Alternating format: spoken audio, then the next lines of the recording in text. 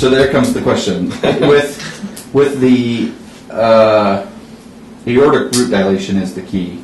When you have bicuspid aortic valve and you've got aortic root dilation, then you're at much higher risk for aortic dissection than somebody who does not. So dissection means you've got... That's the aneurysm that can just kill them, right? It is, but you think of a bursting aneurysm where it just ruptures.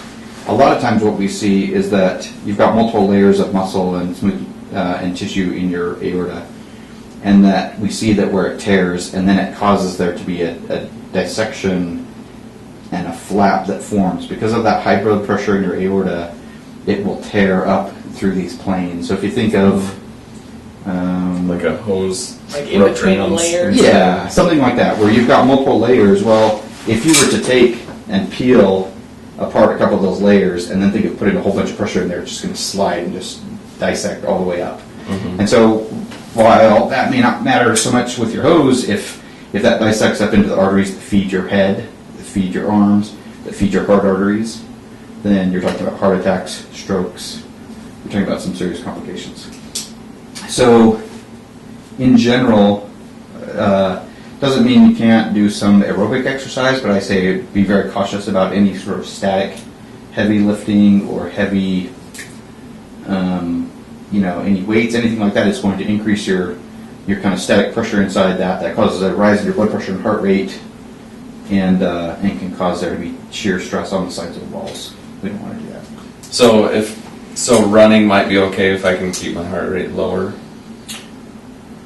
Running's probably okay. Like we ran 7 miles yesterday.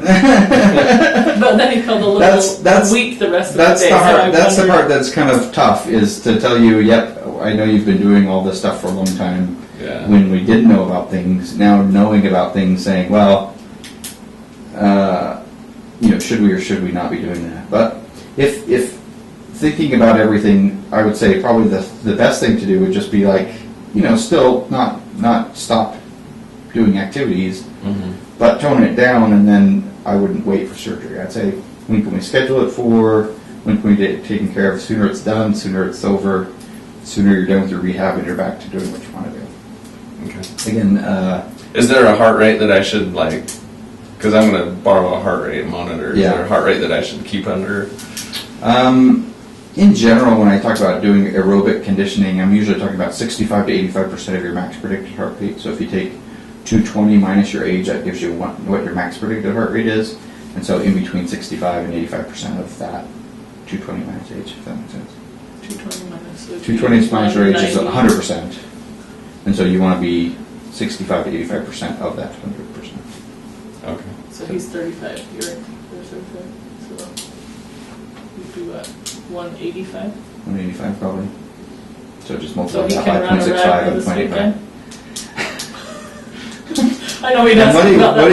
What exactly does the Ragnar involve? It's just running. It's not the obstacles like the Spartan that It's you not did like the Spartan, other. yeah. Mm-hmm. Where it's And just how running. far is the Ragnar? It's 3 different legs. He has a 6-mile leg, a 7-mile leg, and a 3-mile leg. And over a 24-hour period. 40. Yeah. Every 6 hours, 12 hours he runs. Yeah, 12 hours. And it's not obstacles. It's not any of that. It's just. And we gave him the downhill, flat, easy, not uphill legs, but. You mean to say? We're like, you idiots, don't do it. That's why we're like. All my family's like, don't do it. You shouldn't be doing that. When you look at the big scheme of things, saying there will be other Ragnars, but to look at it and say, what's the benefit of doing that now versus could it be done later? And you think, well, I may or may not do it later. But then saying, what if something were to happen? What if you were to develop an aortic dissection while you were running this race? That's what we were done. And so, is it worth that risk, knowing now that you have something that's a significant medical problem that has that potential? So, in general, again, same thing. I would say I can't tell you there's any that it's going to happen to have that, complication. But I can tell you you're at increased risk for those types of complications based on what you But does running bring your heart rate up enough that it could do that?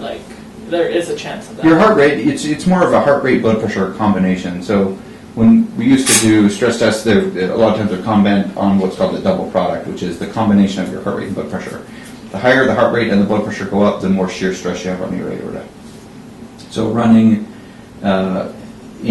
would increase your blood pressure and your heart rate both. I could walk my legs. I walked the Ragnar.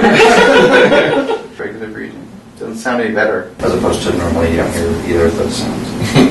I ended up in the Yeah, ER because I was psychologically psyching myself out into a heart attack. Okay. I was like sweating.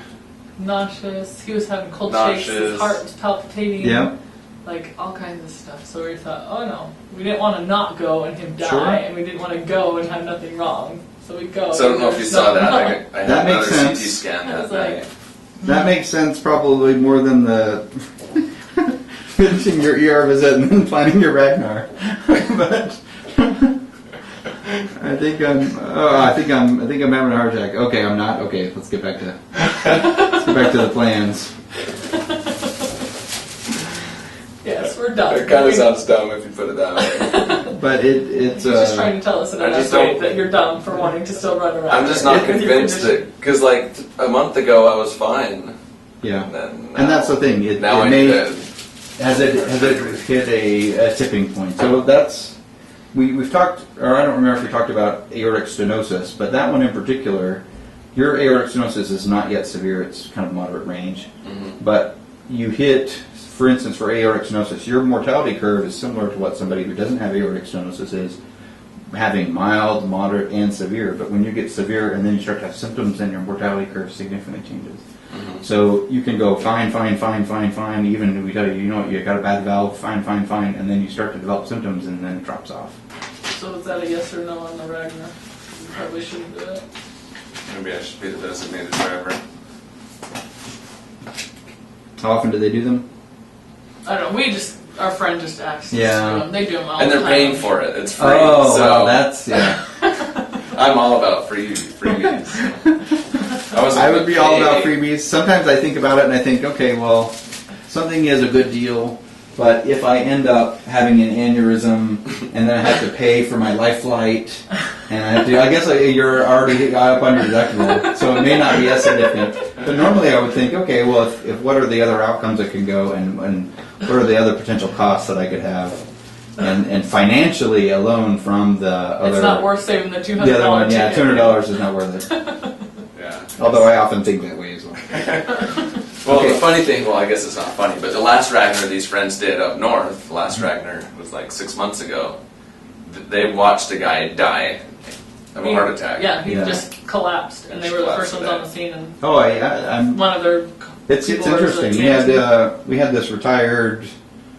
I don't know if she was a master sergeant. She was a retired, very high-ranking enlisted person who was older, was running ultra marathons, came in and just had a stress test, was abnormal, sent her in, did a cath, and just had horrific diffuse disease that she ended up getting a bypass for. And thinking, how is this person like doing ultra marathons, and how have they survived? And it may be one of those situations where people, you're quite surprised, and then something happens, and that 80% blockage they have tears and then becomes 100% occluded, and they die on the course or something. But